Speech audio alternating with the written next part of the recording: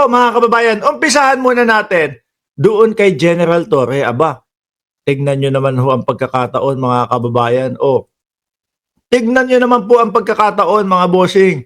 Pati po ang dating senador na si Antonio Trillanes ay nagpapakita na po ng paghanga dito po kay General Torre, mga bossing. Eh sabi ko naman ho sa inyo pag maganda ang ginagawa ng tao, ang ginagawa ng opisyal, ang ginagawa ng kapulisan, ang mga kakamping po ay sumasaludo, humahanga. Hindi po kagaya nung mga kampon ni Duterte. Eh bakit to?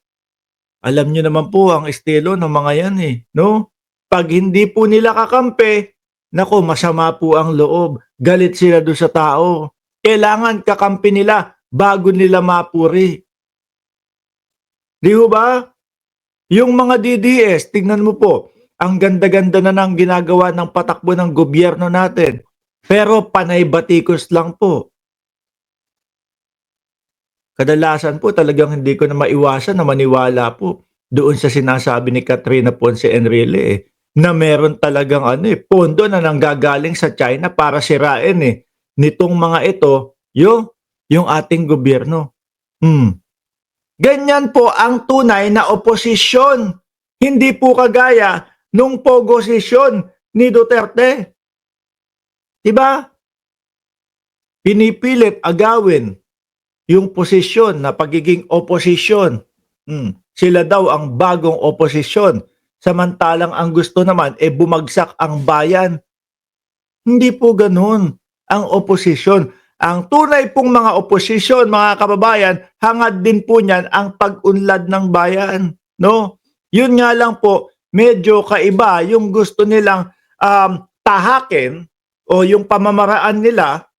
Kaya kadalasan po naririnig natin na may diskusyon sila sa administrasyon. Pero kapag nakita po nila maganda ang ginagawa ng administrasyon, sinusuportahan po nila yan. Yaan po ang tunay na oposisyon. Kaya po yung mga DDS, pagpaumanhin nyo na po, maitatawag po namin sa inyo ay pogo-sisyon.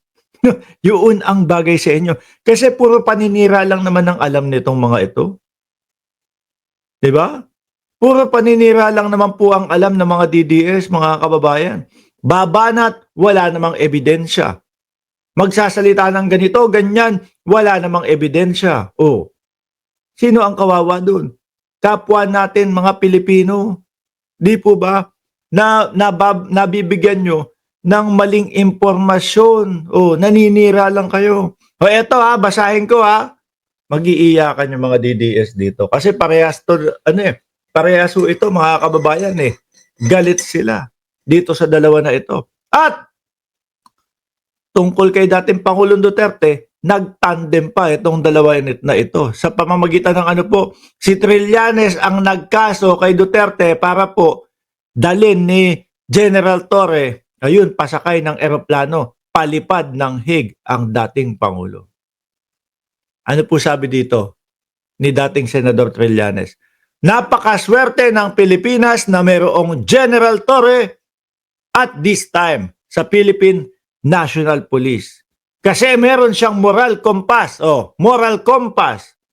It's working properly. Alam niya yung tama na gawin.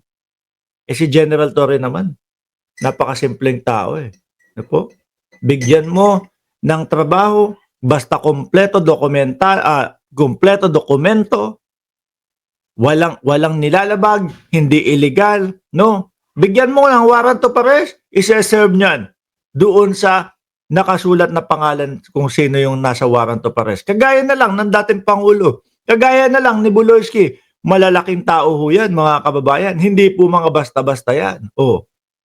Yung Torre, may yagballs. Di ba? Walang sinisino. Walang sinisino. Ise-serve ko to sa dating Pangulo. Tara. Mga bata, handa, no? Pupunta tayo doon kay Duterte. Ganyan.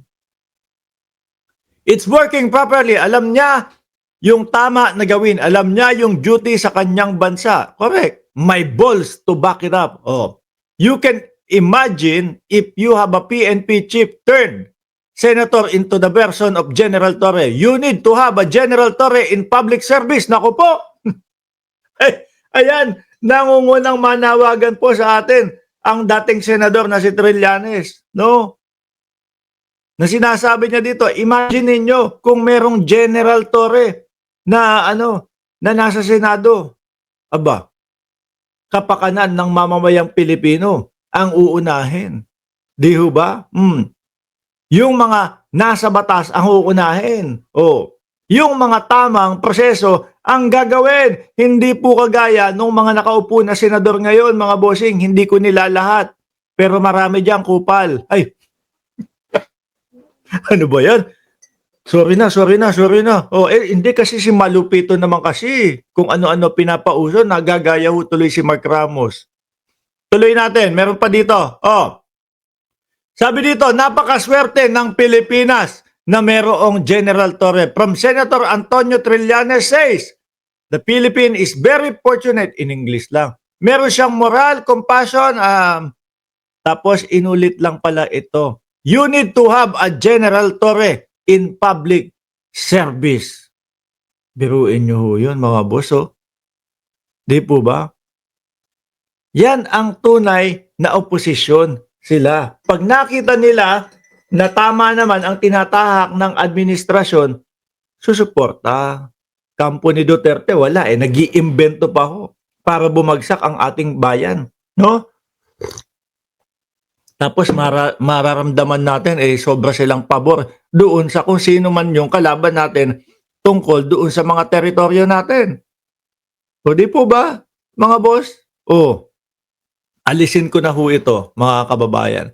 Gusto nyo ba si Harry Roque? Eto, may ineebas, anak ng tinapa. Eto din ho, mukhang malabangkay na din to.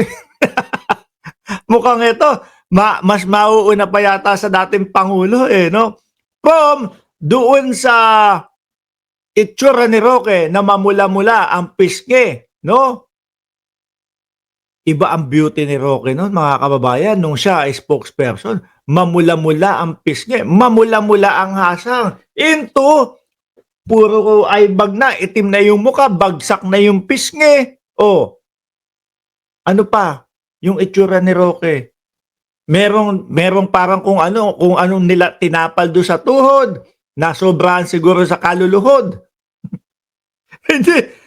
Paano ba naman, di ba? Paano naman magkakaroon ng dalawang bandage o lalagyan mo ng dalawang sugat o yung tuhod mo? Di baka kaluluhod ho, mga bossy.